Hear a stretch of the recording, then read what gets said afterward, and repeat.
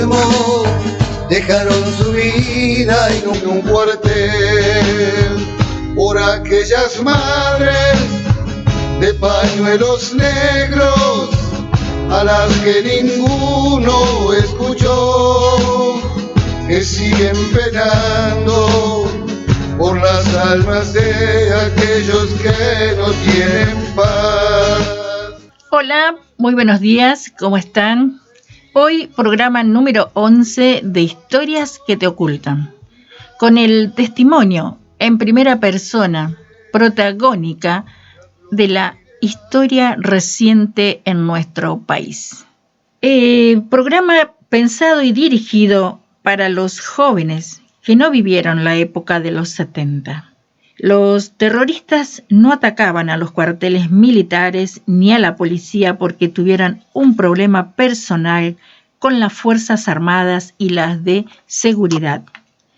Los militares y la policía eran un obstáculo, el escudo, la barrera, el freno que el pueblo argentino, que la sociedad había puesto para impedir que los guerrilleros alcancen el poder. Voy a citar algunas reflexiones que pueden servir, ¿no? La realidad de los hechos históricos es que los grupos guerrilleros de los años 70 usaron el terror para lograr fines políticos y lo hicieron atacando a gobiernos constitucionales. Año 1973, 1976, y que los delitos que se cometieron en esos años desde el Estado para combatirlos no hacen desaparecer los que, en nombre de la revolución socialista, los terroristas perpetraron.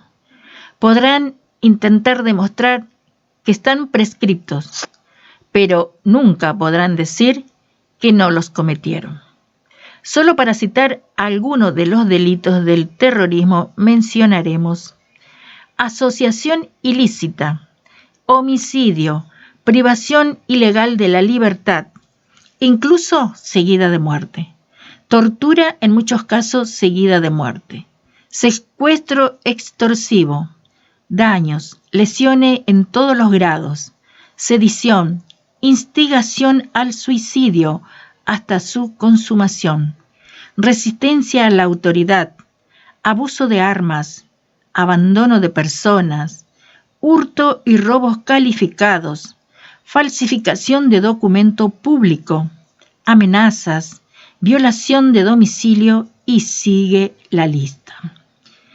Los gravísimos crímenes cometidos desde el Estado, tanto en gobiernos constitucionales como de facto, como parte injustificable de la guerra contrarrevolucionaria, no transforma a los terroristas en abanderados de los derechos humanos, como sus usufructuarios reclaman, menos aún en luchadores por la democracia a la que combatieron con sus armas. Hoy, como les dije, vamos a hablar sobre el ataque al regimiento de La Tablada. 6:15 de la mañana del lunes 23 de enero de 1989, pleno gobierno democrático del doctor Alfonsín. Un camión Ford 7000 atropelló el portón de entrada del Regimiento de Infantería Mecanizada 3 General Manuel Belgrano, sobre la avenida Crovara y el camino de Cintura en La Tablada, partido de La Matanza, donde se encontraban 120 efectivos del ejército. Comenzaba así la última batalla de la guerrilla en la Argentina. Está en línea Leonardo Pérez, soldado conscripto y excombatiente del cuartel de La Tablada. Buenos días, Leonardo, ¿cómo está? ¿Usted me escucha bien? Sí, yo la escucho bien. Bueno, ¿cómo está, Leonardo? Buen día, Jovina, ¿qué tal? Bueno, de ante todo te quiero agradecer la oportunidad que nos das a mí y a mis compañeros de poder contar la verdad de este ataque al Regimiento 3, que nosotros fuimos los protagonistas, y del recupero del mismo. Hace 32 años que estamos en el olvido y hoy estamos luchando para que se sepa la verdad, y gracias a vos y a otro grupo de gente que se ocupa de escucharnos y que de difundir la verdad, para que el pueblo sepa realmente lo que pasó y que lo tome como parte de historia de la Argentina también. Exactamente, así es. Leonardo, para mí es un gusto escucharte y bueno, y traerte aquí a mi audiencia de la 97.1 Radio Brisas para que vos nos cuentes de esta historia reciente que pasó en nuestro país y que, como vos bien lo dijiste, fuimos olvidados, borrados de la historia, ¿no? Y me incluyo porque yo también soy una víctima del terrorismo, así que vamos a comenzar contándole cómo está formada tu familia y dónde vivís. Yo vivo en la zona norte de Buenos Aires, específicamente en Vicente López, Munro. Siempre viví en esta zona. Y bueno, tengo 2 hijos grandes ya, 25 años y 21. Ellos ya están, uno vive en Mar del Plata y la nena vive acá en Vicente López, están en pareja ya, así que prácticamente ya hacen su vida. Claro. Y bueno, así es mi vida. Yo trabajo, me dedico al paisajismo. Y bueno, tranquilo por ahora. Y bueno, y parte de mi vida también la utilizo para esto, para difundirlo, para como te decía antes. Claro. Mi ideal es que algún día en las escuelas se pueda enseñar esto también, porque como vuelvo a repetir, es historia argentina. Exactamente, así es. ¿A qué edad ingresaste a hacer el servicio militar obligatorio? Era a los 18. Yo entré, ¿no? Claro, a los 18 años entré en marzo de 1988 y la baja la recibí en mayo de 1989. Claro, ¿y alguna vez se te pasó por la cabeza vivir lo que viviste? No, jamás. Yo estando en pleno combate todavía no entendía qué pasaba. Bueno, contanos cómo fue el ingreso de... Contanos primero esta gente. La organización ERP era la que atacó el cuartel, ¿no? Con MTP. La MTP, ajá. ¿Y quién la encabezaba? Sí, Todos por la Patria. ¿Quiénes la encabezaban? ¿Quién era el jefe? El jefe era Gorriarán Merlo. Exacto. Sería la autoridad máxima de ese ejército que entró ese día, porque realmente era un ejército. Claro. Bueno, yo lo que he leído fue que entraron todos para sembrar la confusión entre ustedes, entre los soldados, ¿no? Así los podían confundir de que eran otros oficiales los que entraban, pero no fue así. ¿Cómo fue ese día? Contanos. Yo ese día me encontraba de guardia en la Guardia Central. La Guardia Central está ubicada a unos 50 metros del portón principal por donde entró el camión. Donde estaba yo, aparte hay una garita que tiene una barrera. Entonces para llegar ahí tenías que pasar el portón principal desde la calle y después cruzar por la puerta de la Guardia Central, que es un edificio. Sí. Y ahí se encuentra la barrera con otros soldados más apostados. O sea que apostados había uno en el portón y otro en la barrera. Cuando dijiste entró el camión qué era? ¿Un camión de qué? El camión lo que entró fue un camión de Coca-Cola, un camión grande, esos que reparten los cajones de Coca-Cola. Sí. Y con una hilera de autos atrás. No sabría decirte la cantidad, pero eran más de 6 autos entraron. Bueno, nosotros estábamos en ese momento estábamos haciendo el recuento de las cosas de la guardia para entregarle la guardia a otro grupo de soldados, ¿no? A las 8 nosotros a las 8 hacíamos el cambio de guardia. ¿Fue un día de semana o un día fin de semana? Yo entro de guardia el domingo, me presento en el regimiento, el domingo 22, me presento en el regimiento a las 6:30 de la mañana. Ahí nos preparan para la guardia y tomamos la guardia a otra guardia que la estaba haciendo en ese momento, el escuadrón blindado. Nosotros adentro del regimiento estaba infantería y estaba la parte del escuadrón mecanizada blindada, que era los que se ocupaban de los tanques y de ese sector. Sí. Pero pertenecíamos al mismo regimiento. Discúlpame, o sea que este ataque que comete el MPT, ¿no? El MTP. Movimiento Todos por la Patria.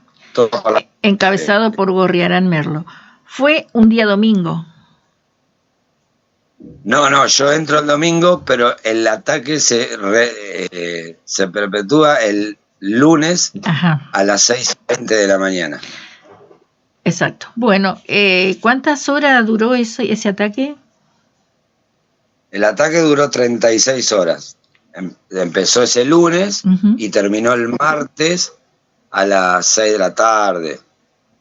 Al menos ese es el día que yo ingreso nuevamente al regimiento. Sí. Bueno, nosotros estábamos de guardia normal, una guardia normal como siempre. Pasaron algunos eventos el día anterior que son detalles, pero bueno, si vamos al ataque directo, te cuento solamente el ataque directo. Sí. Bueno, estábamos ahí haciendo el recuento de las cosas, otros muchachos estaban barriendo, otros muchachos acomodando para entregarle la guardia a la gente que entraba después de nosotros.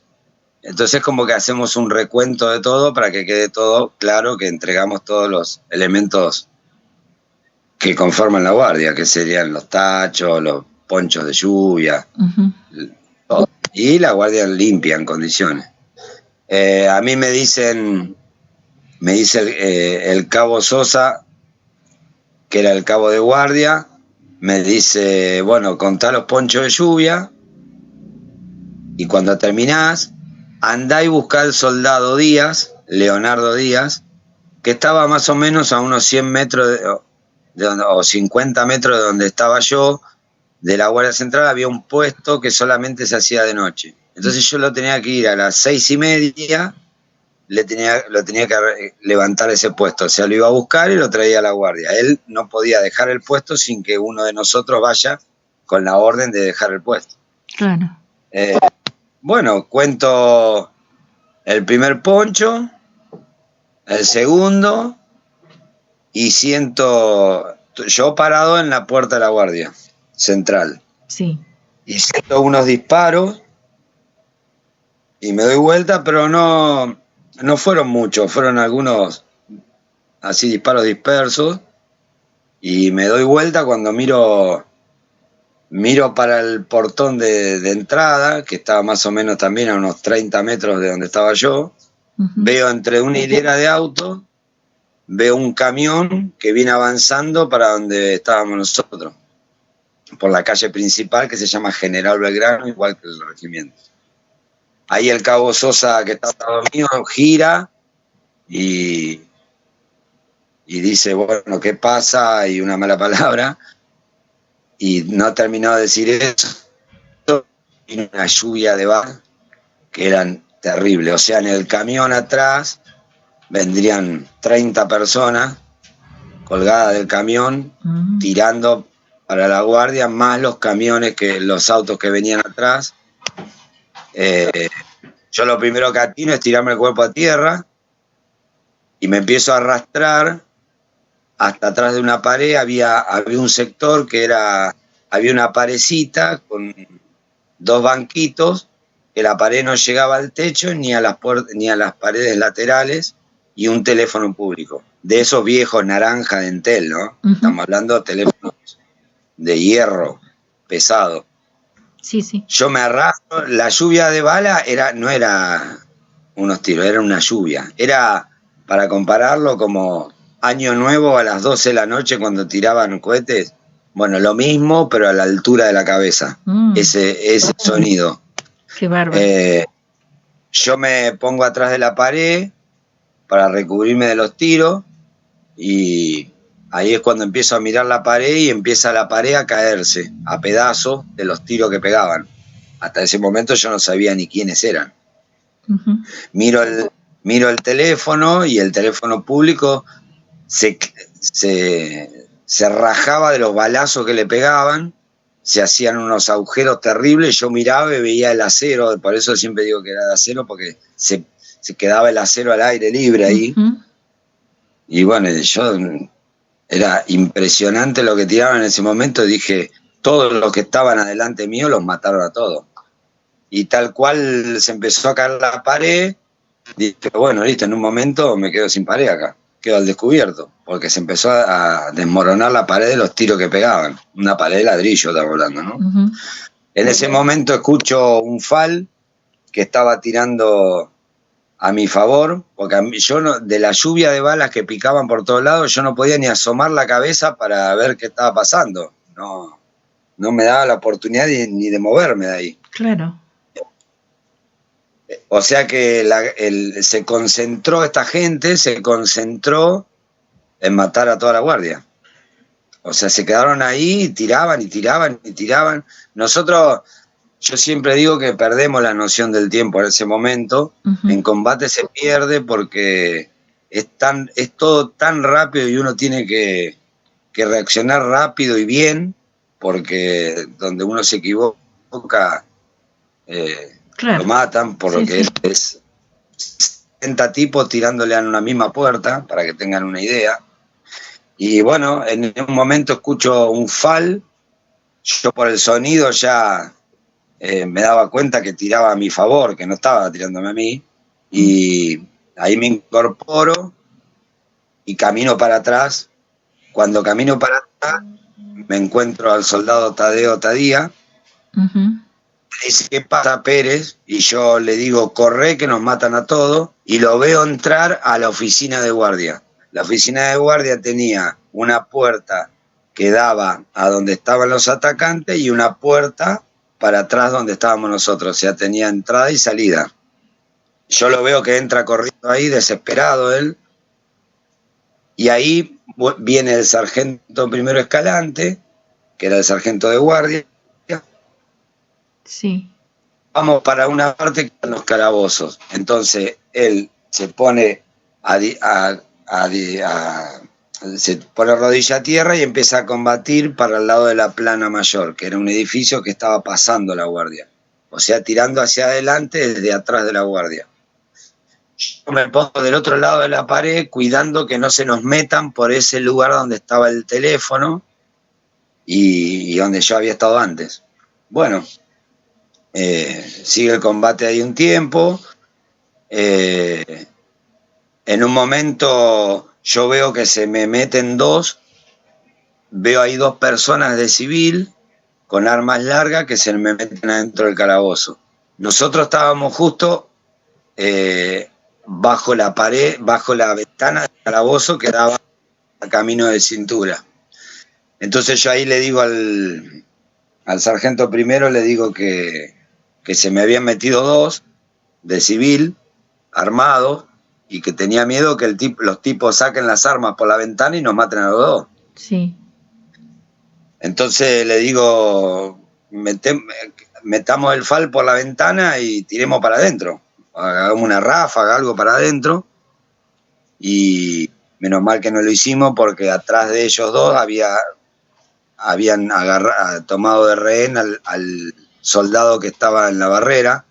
O sea que si nosotros hubiésemos hecho eso, capaz que hubiésemos matado a un compañero. Claro. Y bueno, ahí en ese momento que estábamos ahí, yo siento ruido a latas, como que alguien corría con unas latas en un bolso. Me doy vuelta y lo veo, efectivamente, era un soldado que iba corriendo con la bolsa de rancho que llamábamos nosotros, que ahí es un bolsito que llevamos colgado, que ahí tenemos el jarrito, los tenedores, todo elemento para comer. Uh-huh. Cuando me doy vuelta veo a ese soldado y veo al jefe de guardia que se retira, o sea, huye con el soldado. Sí. Ahí mi sensación fue, estamos nosotros solos. O sea que éramos 4. El combate seguía. Claro. Pero éramos 4 contra toda esa gente. No, yo en ese momento no sabía si eran 60, si eran 5.000, no tenía ni idea. Yo lo único que sabía que estaban tirando mucho. Uh-huh. Y bueno, entonces, nos quedamos un rato más ahí.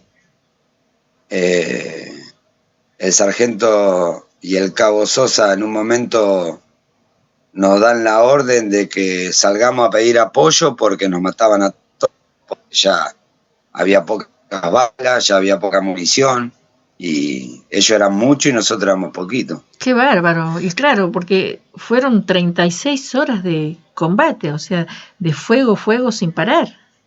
¿O se paró en algún momento el fuego en esas 36? No, mientras nosotros estuvimos ahí, al menos yo no estuve las 36 horas, estuve en el ataque inicial, que fue la guardia. Mientras nosotros estuvimos ahí, ellos no pararon nunca. Ellos no pararon nunca de tirar.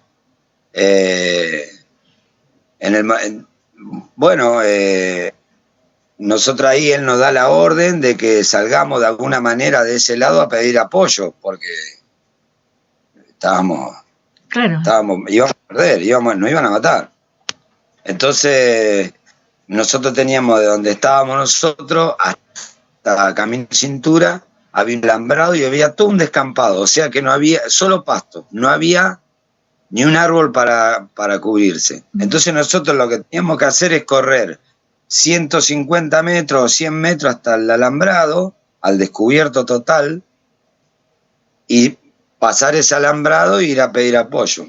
Bueno, con otro soldado nos pusimos de acuerdo y encaramos la corrida hasta el alambrado, pero nos pusimos de acuerdo en hacer una técnica que hay militar, que es el toma y cambio de posición, que es correr en zigzag e ir contando hasta 6, porque un tirador tiene 6 segundos para hacer puntería. Entonces nosotros teníamos que correr en zigzag, tirarnos al piso, arrastrarnos un cachito y salir de vuelta y salir en zigzag.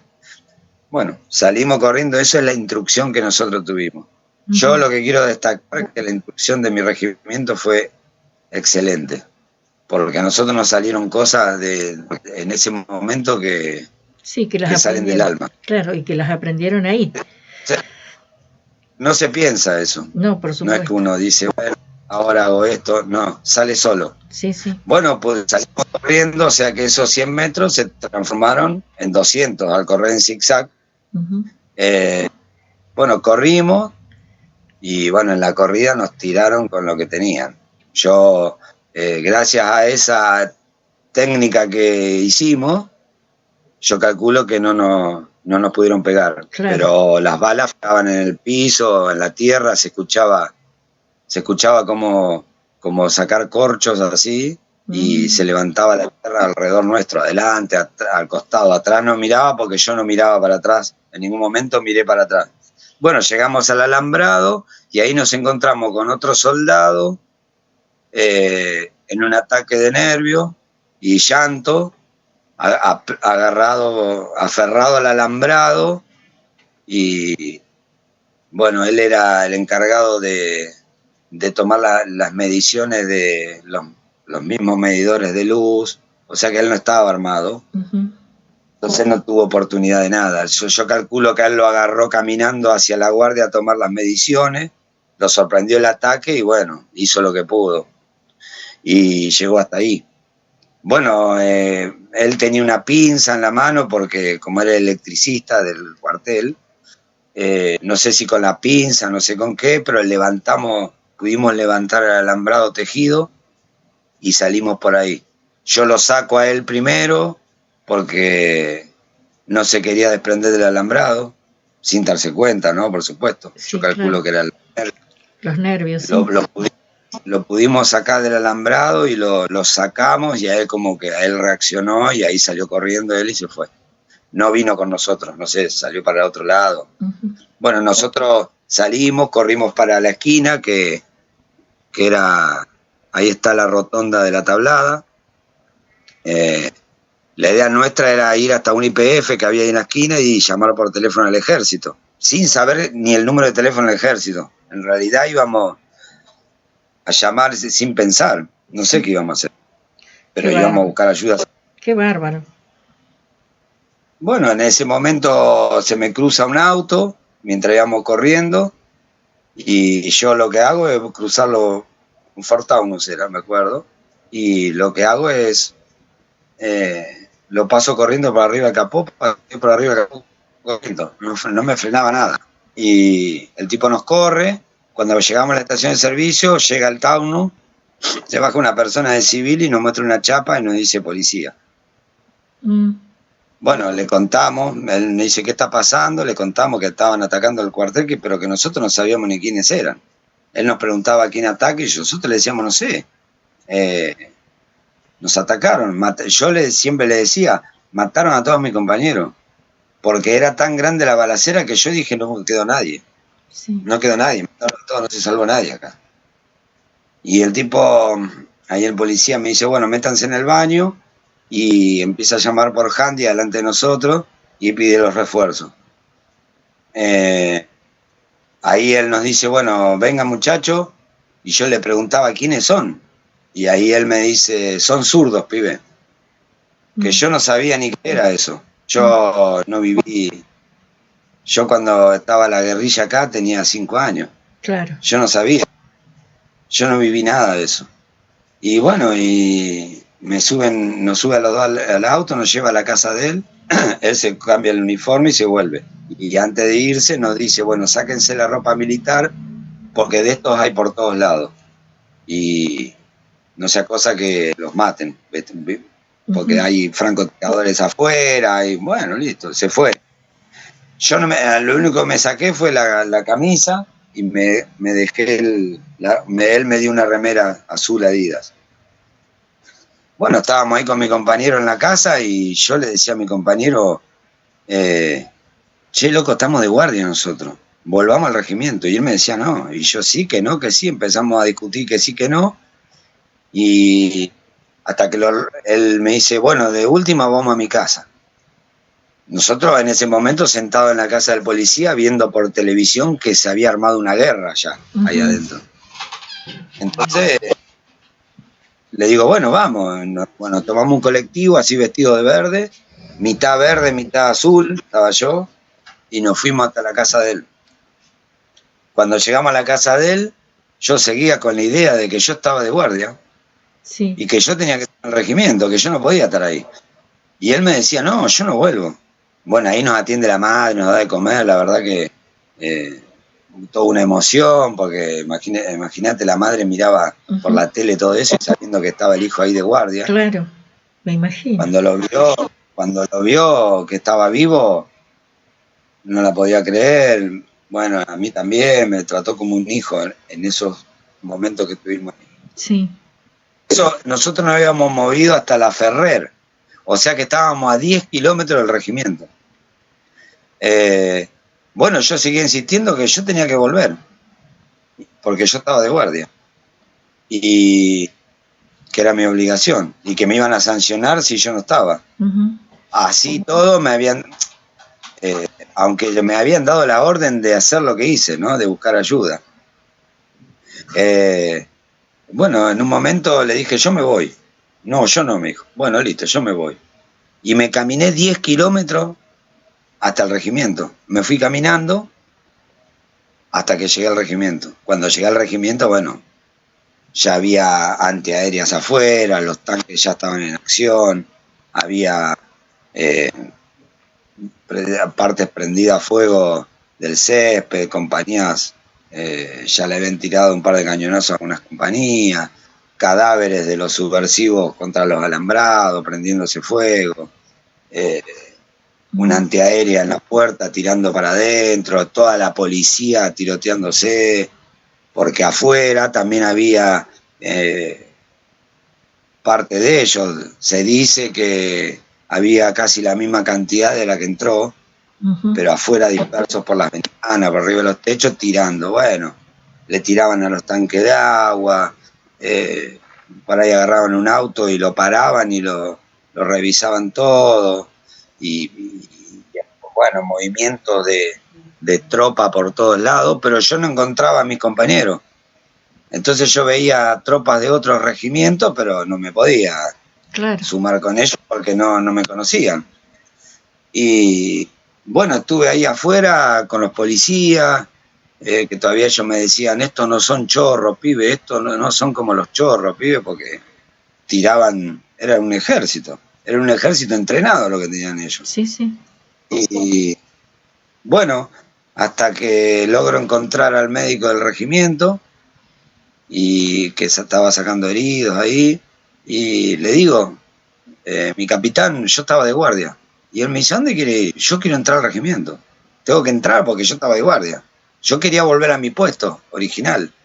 Sí. Y me dice, no, usted está loco, no, le digo, yo tengo que entrar, y me agarra del brazo y me lleva hasta un micro del ejército, y ahí yo encuentro a todos mis compañeros que eran los que estaban antes en la compañía, porque mis compañeros habían entrado la noche anterior al ataque, que no era normal eso, nosotros siempre entrábamos en la mañana, pero ese fin de semana los hicieron entrar antes.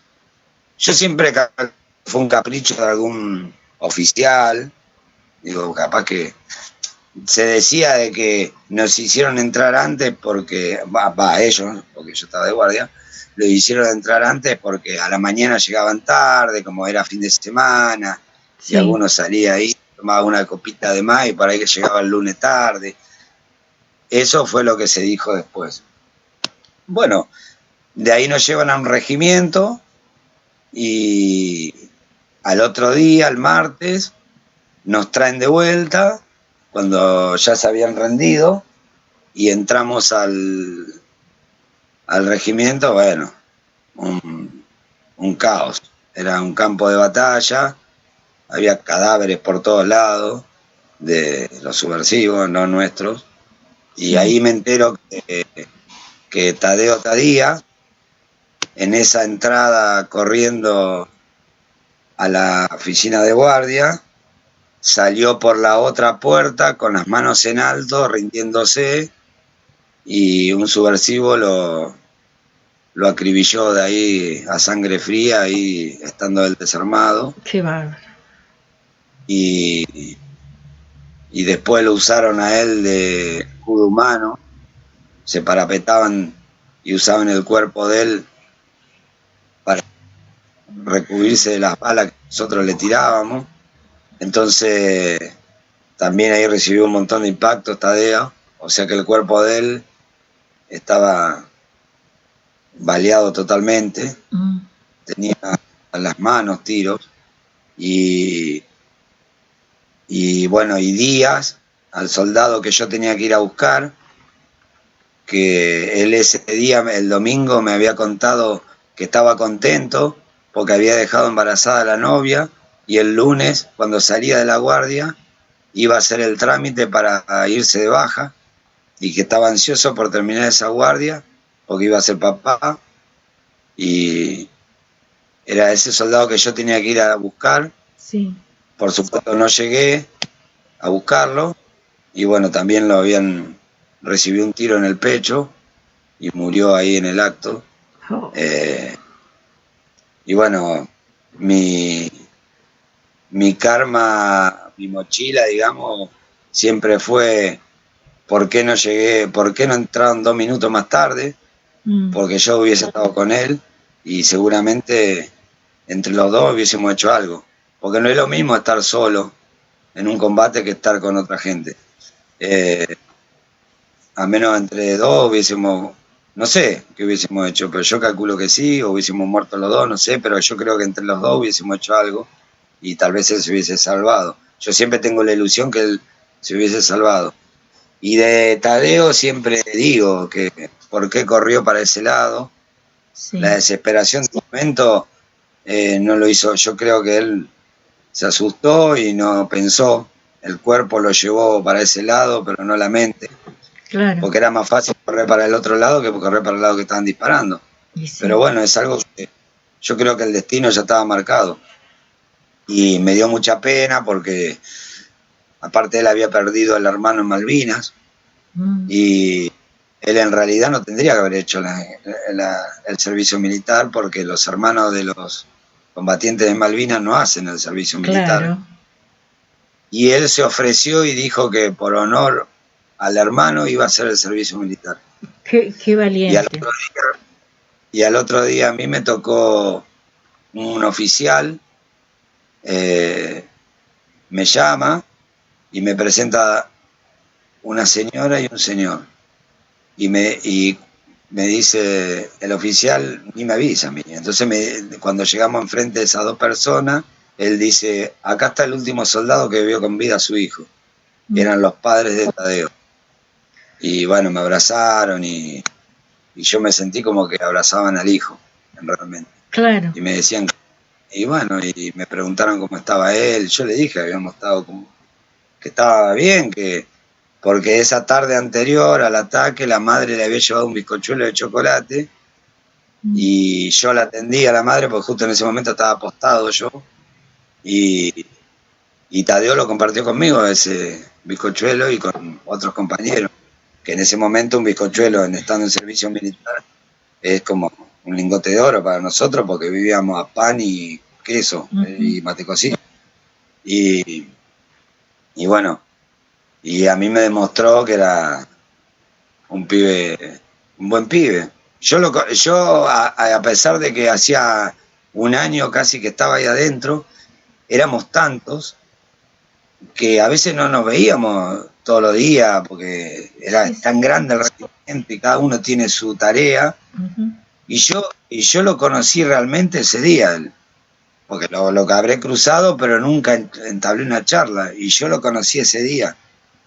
Y haberlo conocido y que él me comparta eso, para mí tiene un significativo más allá de un bizcochuelo, ¿no? Claro, claro. Bueno, y después de eso, nosotros nos presentamos, bueno, nos llevaron el martes, había hasta caballos muertos, era un desastre lo que había. Bueno, gente con las vísceras afuera, gente calcinada, gente sin cabeza, era un desastre. Todo gente subversiva, porque la verdad que el ejército no tocó nada, salvo nuestros compañeros, que falleció Tadeo Tadía. Sí, ¿cuántos fueron? 4. Falleció Grillo, que Grillo fue abatido en el fondo. Y falleció Cardoso, que bueno, a él se le cayó el techo de una compañía encima y bueno, lo aplastó todo el techo de la compañía y él fue tomado de rehén y bueno, por culpa de eso se le cayó, cuando empezó el combate con los tanques y todo, en un momento se derrumbó una compañía y él estaba ahí de rehén y falleció en ese momento. Bueno, y siguió al otro, cero contención psicológica para nosotros. Yo el martes a la tarde, cuando estoy contando que están los cadáveres, me mandan a mi casa y a las 8 de la mañana del miércoles me tuve que presentar de vuelta en servicio nuevamente y empezar a remover escombros y sacar a ver si había gente abajo de los escombros, no gente, ya cadáveres, remover vísceras, había brazos, manos tirados por ahí, era un desastre. Y el jueves yo ya estaba nuevamente de guardia, o sea que, pero las guardias eran distintas, ya las guardias eran, en el medio de la calle había unos como unas X hechas de durmientes de tren, con todas envueltas en alambres de púa. Nosotros, el regimiento sin luz, el regimiento totalmente destruido. Nosotros, si antes no había 20 soldados de guardia, después del ataque había 100 de guardia, venían gente, venían refuerzos de otros a ayudarnos con las guardias, y todos totalmente armados, con los FAL cargados, esperando que entren de vuelta, la tensión esa de que van a entrar de vuelta. Sí. Y bueno, todo con las caras pintadas. A mí me ha tocado estar en el piso todo cubierto con ramas y con un FAP apuntando hacia la puerta. No, la verdad que la tensión que hubo después, yo después viví de eso, estuve 4 meses más. Ajá. Porque después entraron los soldados de la clase 70, pero como nosotros habíamos tenido esa experiencia, no se animaban todavía que los muchachos, cuando estaban instruidos, hagan las guardias. Entonces seguíamos haciendo las guardias nosotros, y justo vino las elecciones de Menem, sí, de Alfonsín Menem. Y bueno, y como los chicos eran nuevos y seguía el fantasma de esto que había pasado, las elecciones las tuvimos que cubrir nosotros. O sea que nosotros tuvimos que estar 2 meses más de lo que lo que nos correspondía. O sea que yo hice el servicio militar 1 año y 2 meses, y recién en mayo cuando terminaron las elecciones. Y después, bueno, también tuvimos que hacer refuerzos en el regimiento de Monte Chingolo, que yo creo que acá escuché un hombre que había estado en Monte Chingolo, que había recibido el ataque. Bueno, nosotros tuvimos que ir a hacer guardias ahí, que es un perímetro muy grande y un arsenal, y caminábamos todo alrededor del arsenal, y me acuerdo que estaba todo rodeado de villas que de afuera tiraban, y bueno, y a nosotros así, por ahí se escuchaba un tiro, y eso también. Y a nosotros ahí nos contaban del ataque que contaba este hombre. Me acuerdo que nos contaban que los cadáveres los habían puesto donde estaba la plaza de armas, y que de noche, con el reflejo de la luna llena, es como que brillaba donde habían sangrado, y así que vivíamos ahí con otra tensión, que decíamos, era como una película de terror todo. Qué bárbaro. Y bueno, y bueno, yo quiero destacar también el sargento primero Escalante, el cabo Alberto Sosa. Ellos dos, ese día, la verdad que tuvieron un valor terrible. Gracias a ellos nosotros estamos vivos, creo. Y yo hace poco me encontré con el cabo Sosa, hablamos, y él siempre, él vive con el dolor de haber perdido parte de su tropa. Claro. Como los chicos de la guardia, y él siempre vive con ese dolor. El otro día él me dijo, no sabés qué feo es que se te mueran soldados. Y él vive con ese dolor, y me acuerdo que me dice a mí, siempre me dice que nosotros somos hermanos de armas. Para mí eso es, viniendo de un superior, es algo grandioso, porque nosotros durante todo ese tiempo estuvimos escondidos. O sea, nos escondieron bajo una alfombra, y a nosotros no se nos acercó ningún superior de esa manera. Sí, sí. Ellos se llevaron los laureles y nosotros no nos llevamos nada. Nosotros no tenemos ni una medallita, y ellos tienen todo. Claro. Y Y de la otra parte, bueno, de que, ¿para qué hablar, no? Ya fueron indultados, ya fueron, le pagaron no sé cuántos miles de dólares a cada uno. Sí, Y sí, bueno, Gorriarán Merlo fue indultado en la presidencia de Menem, si mal no recuerdo. Y bueno, y seguramente que también fueron, les han pagado, seguramente sí, que fueron, siguen, honrándolos como héroes, ¿no? Pero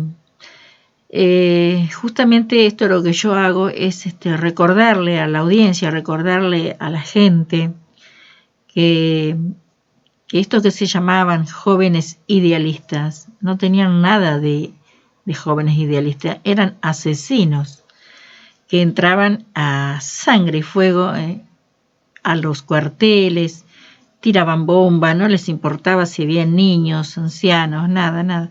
Entonces, nada de jóvenes idealistas, porque ellos no entraban con un libro bajo el brazo, entraban asesinando, matando.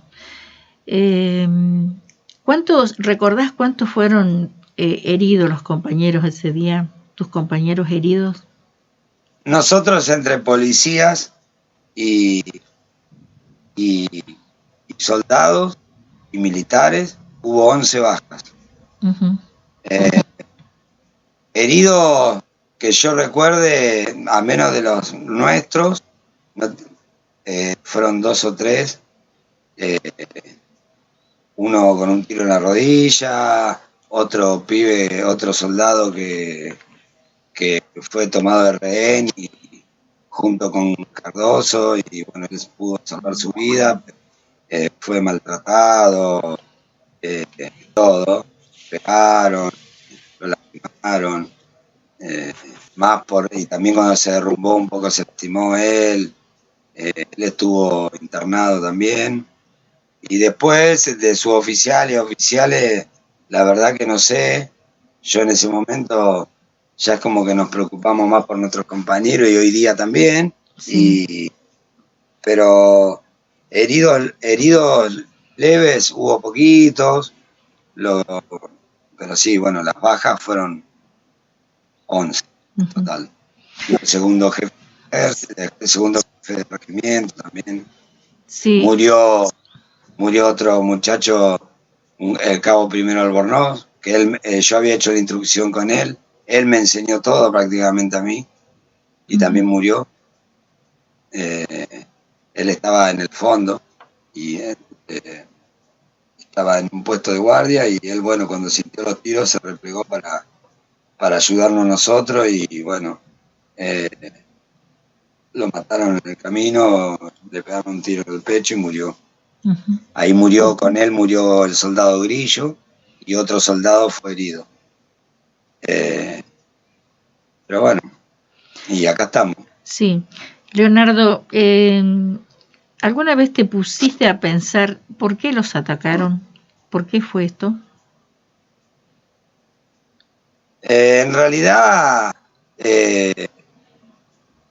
siempre tuve... Esto es algo muy oscuro. Yo la guardia, como yo te digo, la guardia, cuando yo comencé la guardia, el sargento Primero Escalante era un excombatiente de Malvinas. Sí. Era un tipo muy profesional. Él siempre, yo era el soldado a cargo de él. Yo estuve, todo el servicio militar estuve a cargo de él. Yo trabajaba en logística y él también. Entonces yo era su soldado. Y él siempre a él le encantaba hablar de la guerra. Y él había estado en Tucumán también. Uh-huh. En sus inicios como cabo, digo. Entonces, a él le gustaba todo eso. Y él, la guardia ese día, la armó distinta.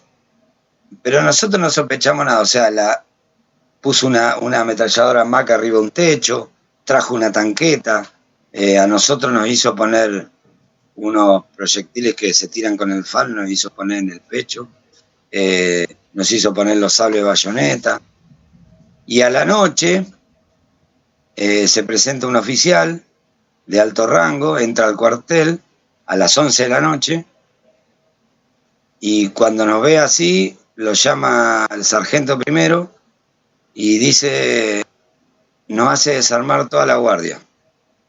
O sea, que saquen todos los PDF, que saquen la Mac, que saquen la tanqueta, que saquen todo, y que solamente quedemos con lo reglamentario, que lo reglamentario para un soldado es un FAL y 5 cargadores nada más. Sí. Y que haga ataque a la guardia cada 2 horas. Eso pasó la noche anterior al ataque. Y él agarra a un soldado de la guardia y se lo lleva a la oficina de él de la Plana Mayor. Entonces, sumado eso a que los soldados entraron un día anterior, o sea, la noche anterior al ataque, y que pasó justo, o es coincidencia, o justo pasó eso, justo nos atacan a la mañana.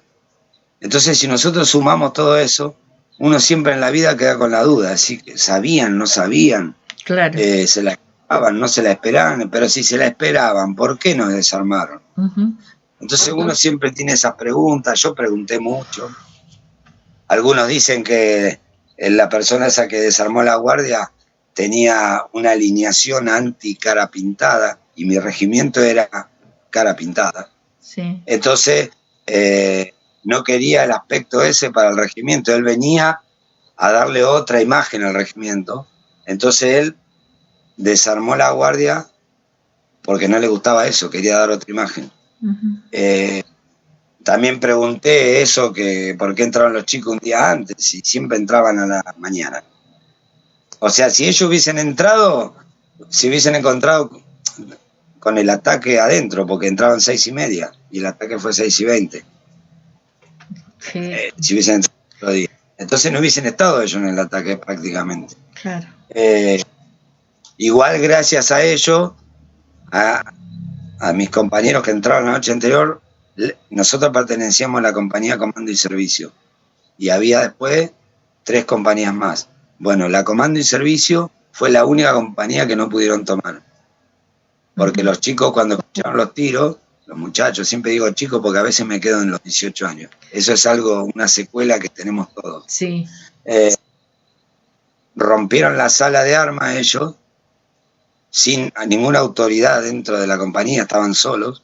Ellos rompieron la sala de armas, se armaron y repelieron el ataque y los tipos de estos no pudieron. La verdad que yo orgulloso de mi compañía cómo reaccionó. Claro. Sin ningún mando, no recibieron orden de nada. Tomaron la iniciativa de romper la sala de armas y armarse y se organizaron y mientras algunos muchachos cargaban los cargadores, otros muchachos disparaban y se iban rotando y otros cubrieron. Ellos recibieron una bomba en una pared de la compañía que podrían haber entrado y bueno, repelieron a esa persona y no pudieron entrar. Fue la única compañía que no se pudo tomar. Son esos chicos que se ven en los videos, que salen corriendo después del mediodía, que saltan la tapia esa que había en la puerta, en la salida, y se van. Esos chicos fueron los que combatieron ¿Y esos chicos o esos hombres ya nunca tuvieron un reconocimiento por el valor y la entrega de defender su cuartel? Qué irónico, ¿no? Que este país tenemos todo al revés. Hasta nos tuvimos que aguantar. Yo estando en servicio todavía, cuando fuimos a Montechingolo, había una autoridad militar que nos vino a decir que nosotros éramos así, unos cagones, que salimos corriendo y corríamos como conejitos blancos. Está bien, esa persona después fue sancionada porque nosotros, el día esa vez que fuimos a Viejo Bueno, reaccionamos y nos echaron del regimiento. Nos subieron a un camión y nos mandaron de vuelta al 3. Cuando nuestro jefe de regimiento se enteró, lo sancionaron porque por desubicado. Claro. Pero nadie sabe, nadie sabe que esos chicos que saltaron y corrían en ese momento desesperados fueron los que repelieron el ataque y que no y que no tomaron todo y se salieran con la suya, porque esta gente tiene una meta. Es más, claro, ellos hasta combatieron contra otros que habían tomado las compañías de enfrente, y algunos huyeron de esas compañías de enfrente por el accionar de mis compañeros. Uh-huh. O sea, ellos tuvieron, uno se tiene que poner en contexto, 18 años, tomar esa decisión. No, sí. No es fácil. No es como ahora. Hoy uno sabe más o menos lo que, pero a los 18 años éramos criaturas, y son los 18 años del 89, claro. No los de ahora. Sí, sí. Y bueno, yo orgulloso de que me hayan tocado esos compañeros. ¿Cómo no? Y ahora yo, al saber esto, porque esto no lo sabía, orgullosísima también de ellos. Así que, bueno, ojalá algún día me encuentre con alguno y pueda tener una charla y traerlo acá también a los estudios, y que cuenten ellos. Sí, están todos dispuestos a hablar con vos. Nosotros, bueno, hicimos un libro, hicimos video, gracias a Sandro Fraga. Uh-huh. El libro nos hizo sin ningún fin de lucro lo hizo el señor Sebastián Miranda. Sí. Nos escribió el libro.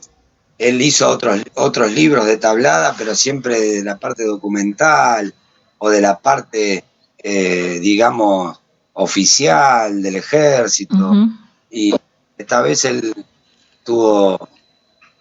nosotros le insistimos y él accedió, y pudimos hacer un libro solamente de testimonios de los soldados.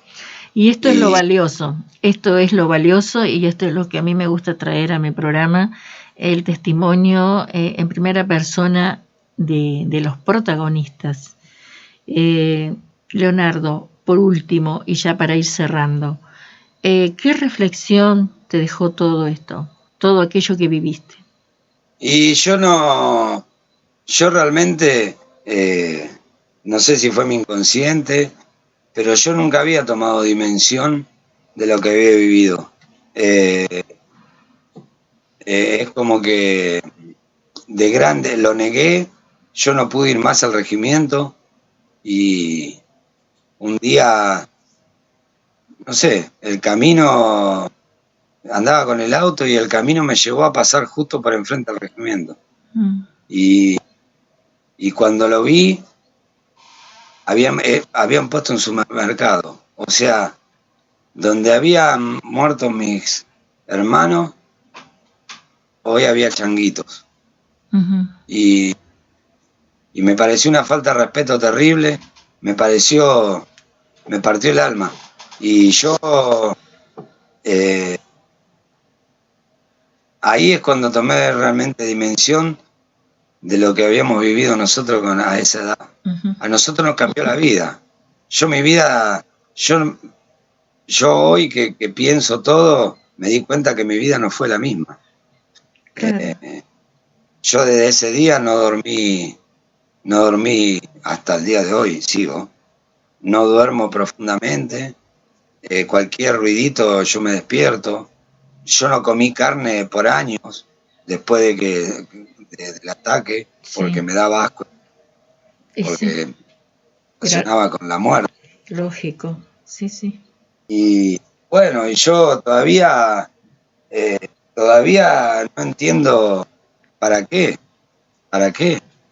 porque la verdad que entrar a un regimiento de esa manera no tiene sentido. Es como que yo agarre una pistola y me meto dentro de la comisaría a los tiros. Claro. Me van a matar seguro. Es una locura. Y a veces tengo que ver. Yo me negaba a todo esto, y el otro día tuve el valor de ver un video de uno de ellos. A ver qué decían. Uh-huh. Vi en YouTube un video y ellos están convencidos de que hicieron bien. Y yo todavía, yo no digo, o sea, yo no me meto en los ideales de cada uno. Ustedes hagan lo que quieran, o sea, son los ideales. Pero no tienen la parte humana de pedir perdón, aunque sea. No hay Pedir una disculpas. autocrítica. Pedir disculpas porque mataste a un chico. Claro. Mataste a un pibe, en el ejemplo de Tadía, mataste a un pibe que perdió el hermano y destrozaste una familia. Y sí. El sargento primero que yo le hablo, él terminó, con los años, terminó en situación de calle, terminó con problemas de diabetes, quedó ciego, terminó volcado al alcohol y murió hace poco. En el 2016 murió olvidado. Él tenía una radio en Corrientes, y él, o en el Chaco, y él hablaba en la radio, y así como hoy estás vos, él hablaba también, sí. Y pasaba música, y él murió olvidado. Y ese hombre, ese soldado, yo siempre me acuerdo, porque yo lo vi combatir. Y era un ejemplo para la escuela del ejército. Y la familia de Tadeo, murió la madre de depresión, el padre hoy en día está muy enfermo, murió una hermana, o sea, sufrieron mucho. Yo hoy comparto con la hermana de Cardoso, se llama Flora, y ella está unida a nosotros. Y yo veo el sufrir en su cara.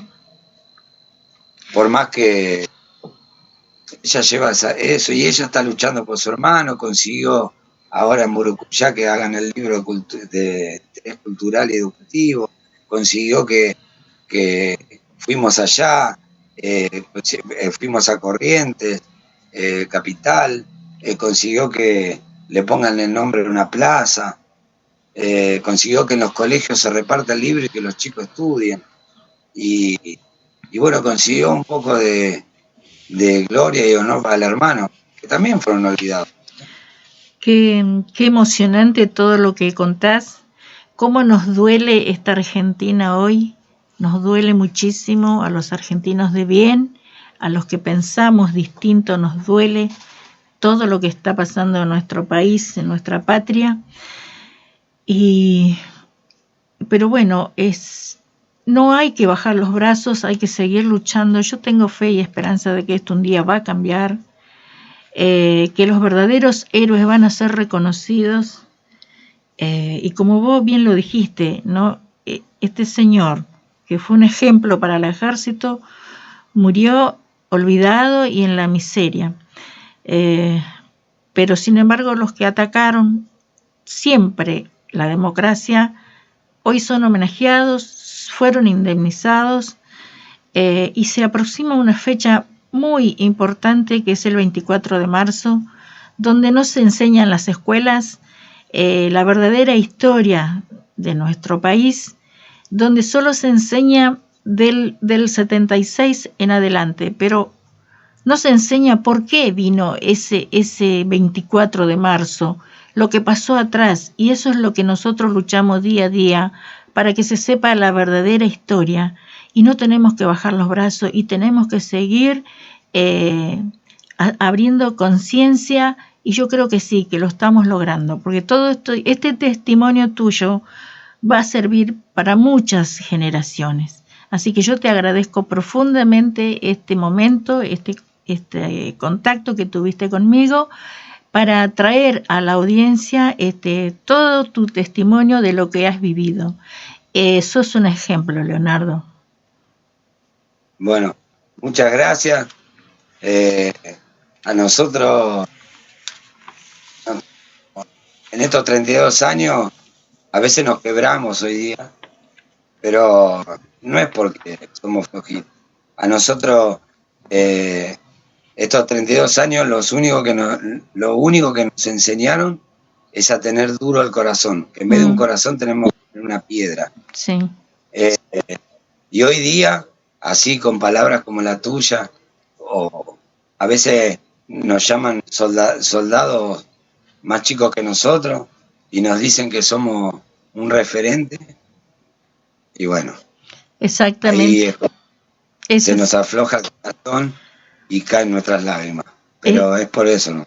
Es así, Leonardo, es así. Como te dije, sos un ejemplo y un héroe. Así que te agradezco, te mando un fuerte abrazo, cariño a tu familia y bueno, seguiremos en contacto. Bueno, gracias a vos y gloria eterna a todos los caídos. Y viva la patria. Viva la patria, gracias, Leonardo. Gracias.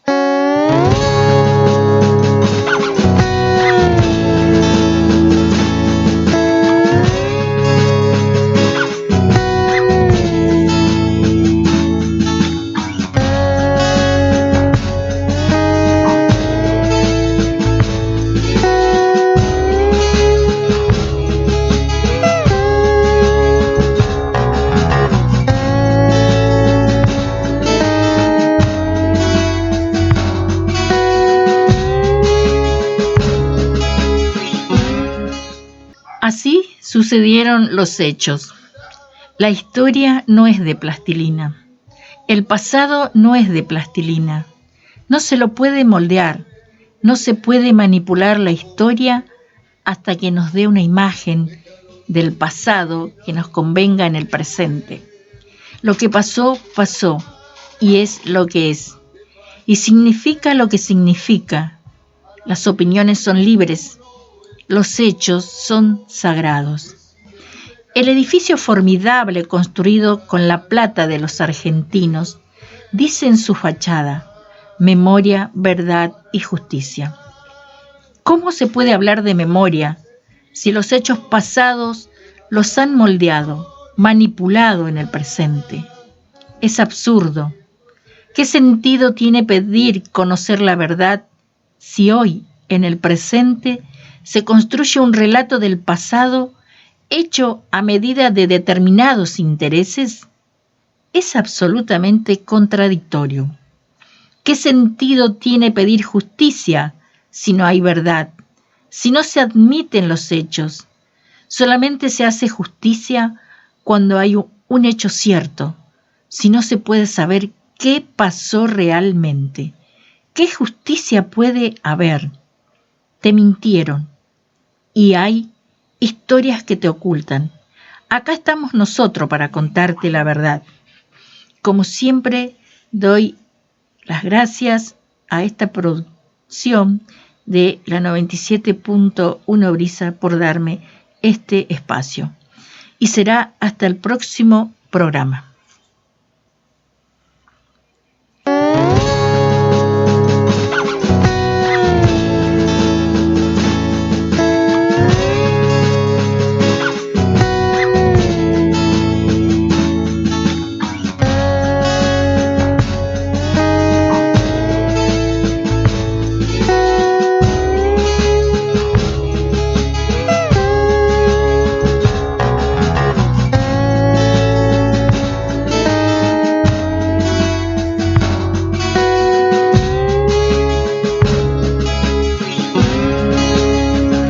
Quiero cantar por los olvidados, a los que ninguno les cantó, por los inocentes que con heroísmo dejaron su vida en un cuartel, por aquellas madres de pañuelos negros a las que ninguno escuchó, que siguen penando por las almas de aquellos que no tienen paz, para no olvidar a los asesinos que mataban con impunidad, escondiéndose tras los ideales que ellos solamente decían